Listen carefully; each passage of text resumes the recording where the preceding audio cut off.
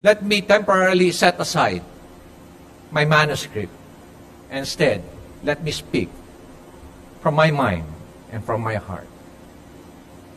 Let me give you some facts about what is happening in the entire country today. Last April, news came out that our national debt is already at 13.86 trillion.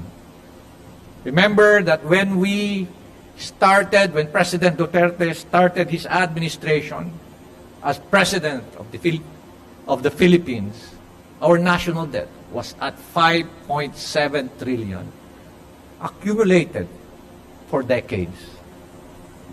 In just a matter of 7 years, our national debt increased by as much as 142%. We're now at 13.86 trillion. In short, we are already above the 60% debt to GDP ratio. Ang ibig sabihin niyan, each and every Filipino, kapapanganak pa lang, may utang na 113,000 pesos. According to Cartua, our ability to pay our debt would depend on our ability to manage our financial leakages. And so I asked, ano ba yung financial leakage? And no less than the former Secretary of NEDA said, ang final leakage na sinasabi ko, a big chunk of that goes to corruption. And surprisingly, when the news came out, na ang utang pala natin is already at 13.86 trillion, only very, very few members of our legislative branch, people from Congress, raised hell. Ulitin ko, only very few raised hell. It is at this backdrop, or against this backdrop, that I will like to share with you this narrative. Last year, I was invited by the Civil Service Commission and the Department of Interior Local Government to talk before newly elected officials. Twice. In one session, there are about 150 mayors. A second session, about 200 mayors. Last March, I was given a chance again to talk to about 1,100 municipal mayors, all members of the League of Municipalities.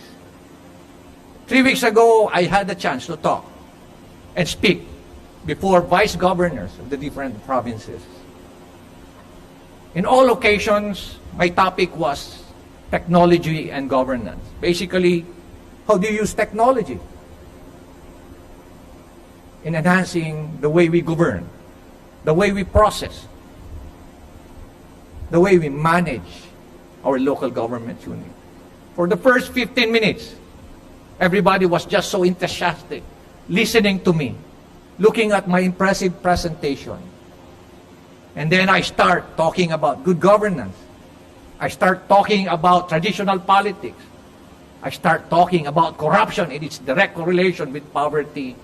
And when I start doing that, they also start looking at their cell phones.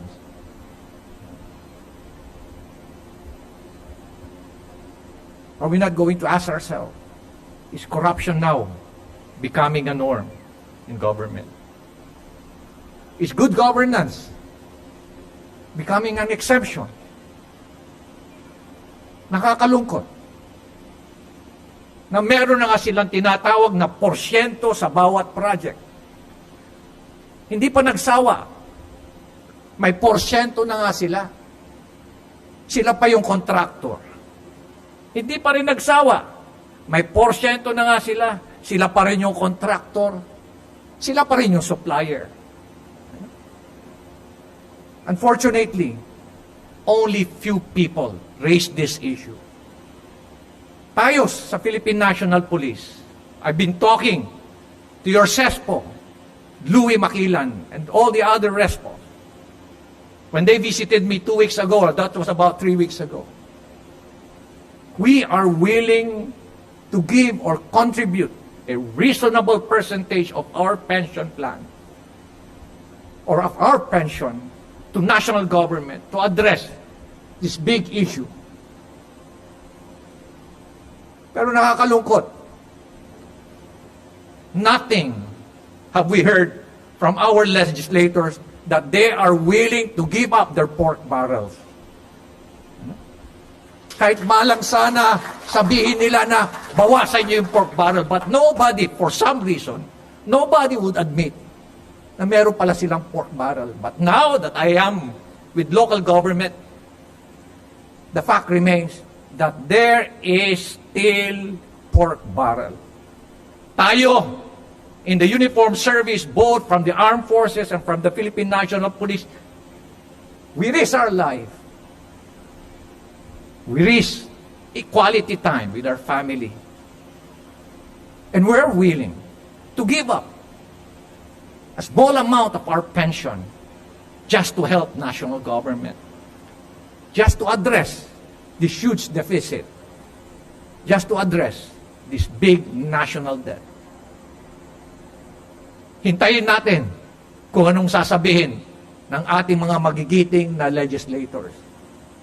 Hintayin natin silang magsalita. Hopefully, one of them